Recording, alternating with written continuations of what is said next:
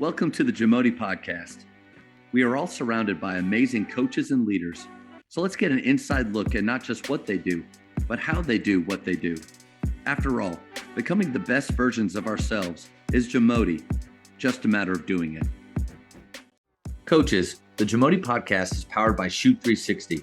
The future of basketball has arrived in Dallas-Fort Worth. Shoot 360 combines the latest sports technology with the fundamentals of basketball skill development. The result is a one-of-a-kind video game-like basketball program designed to improve your shooting, dribbling, and passing.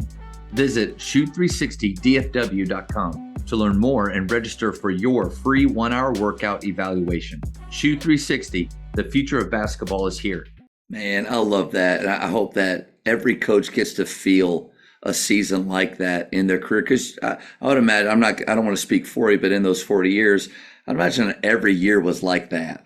Right? Like not. I don't think you can name, I'm not sure there was even one like that where there wasn't one day. Yeah. A lot of great teams. And I always say, when I go to coaching clinics and I speak to young coaches or even old coaches, when I just speak to coaches, I always say that, on any season, you're going to have 3 or 4 times during the season that your season's going to be made or broken based on something not basketball wise, something that's happened off the court, something that's happened in the locker room, something that's happened at practice, something that has nothing to do with winning or losing a game. There are going to be 3 to 4 critical moments during that year.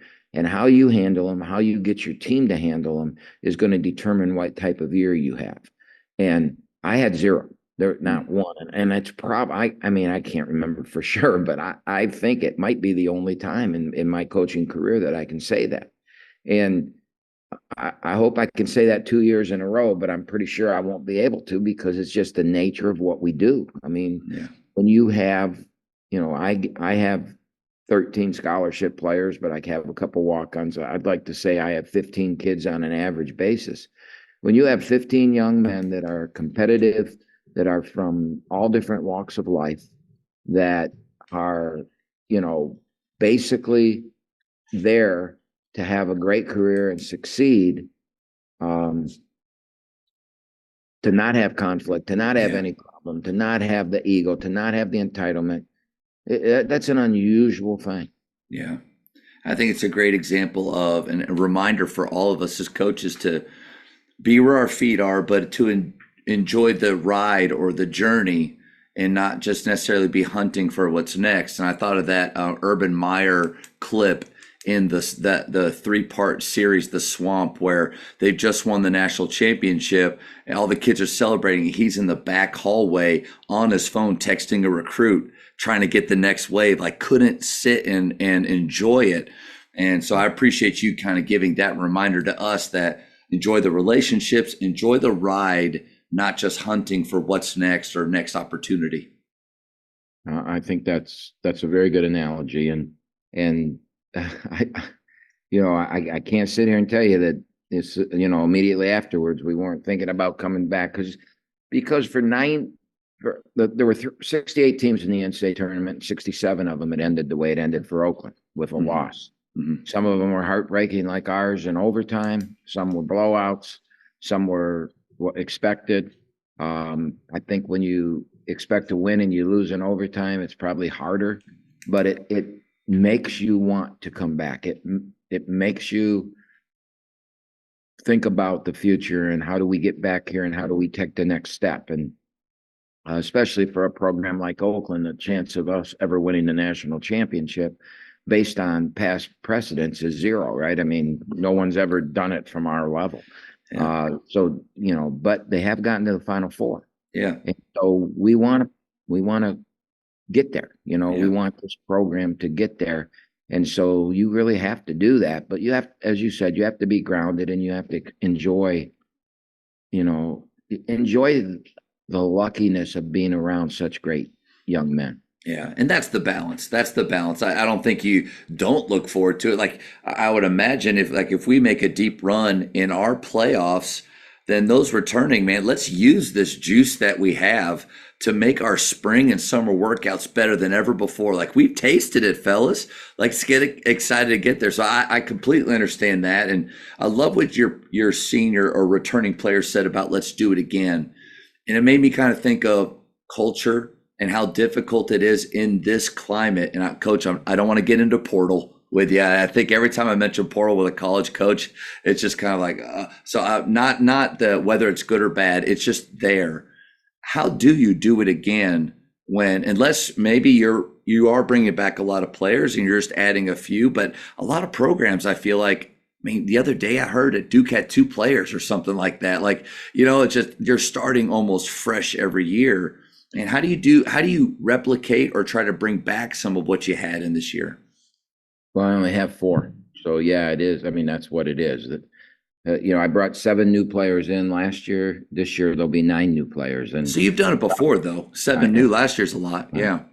And probably the following year it'll be 11. I mean, it's just this is what it is now. And as a coach, you have to accept it. I was unwilling to accept it when it first started. I was early on when that first year that the transfer portal came in, I lost 2 kids late that it rocked our program, and I was bitter about it, and I didn't like it, and I fought it. And then, I got criticized heavily because why would those 2 kids leave? And then it started happening to everybody. And now I don't think anybody criticizes anybody. I think everybody looks at it as this is the landscape. This is what it is. And so we've gone now from, you have a program to now you have a team. And I don't believe you have a program anymore.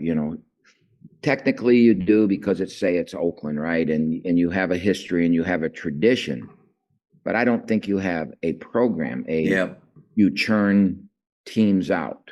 Yeah.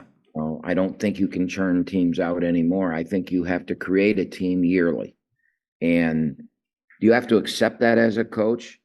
And, I lost maybe a generational player for us, one of the best players in Oakland history, in Trey Townsend.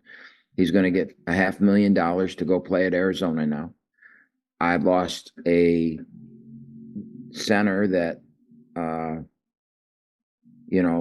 ended up being would be a first team all-league preseason player next year.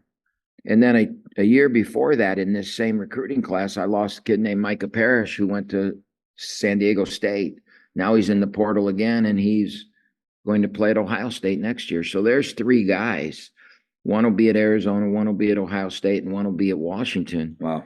That should be playing for Oakland in their last year next year, or could be playing for Oakland. And that's, see, maybe I haven't let it go, right? Yeah, it's hard not to say it like that, especially when you care about kids. I mean, you invested in them and believed in them enough to bring them into your program.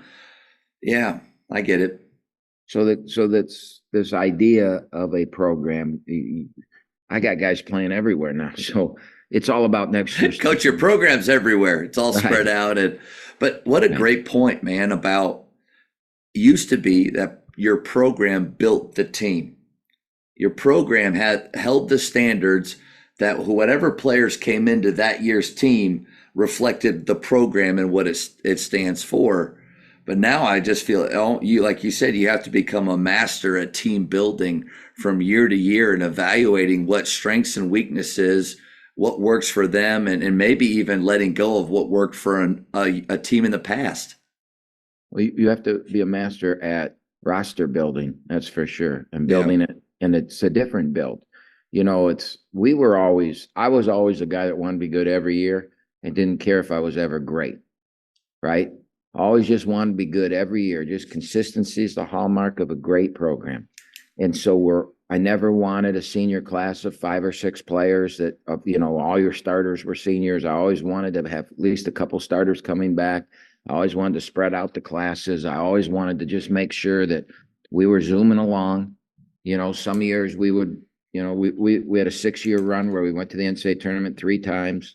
In our 4 years of being a Division I basketball program. We've won 9 league championships. We just want to consistently win a league tournament or a regular season title. We just consistently come back and forth.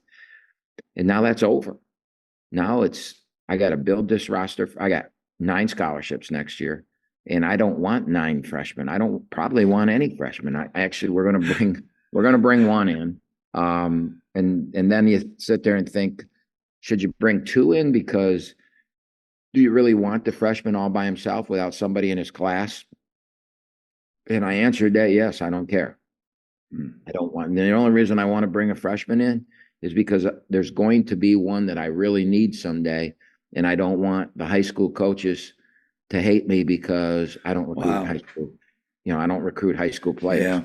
Yeah. So if we've got 8 or 9 guys we're going to bring in every year, why not bring in 1 freshman every year? Now, most likely he'll never make it to his last year. He'll probably grow, develop, and be gone. Or he won't get to play much early because he's 18 and everybody else is 22 or 23, and then he'll get mad and he'll leave on his own. So the odds are that he'll never make it to his senior year in this environment, but I'm going to try and bring 1 in every year. Thank you for checking out today's episode.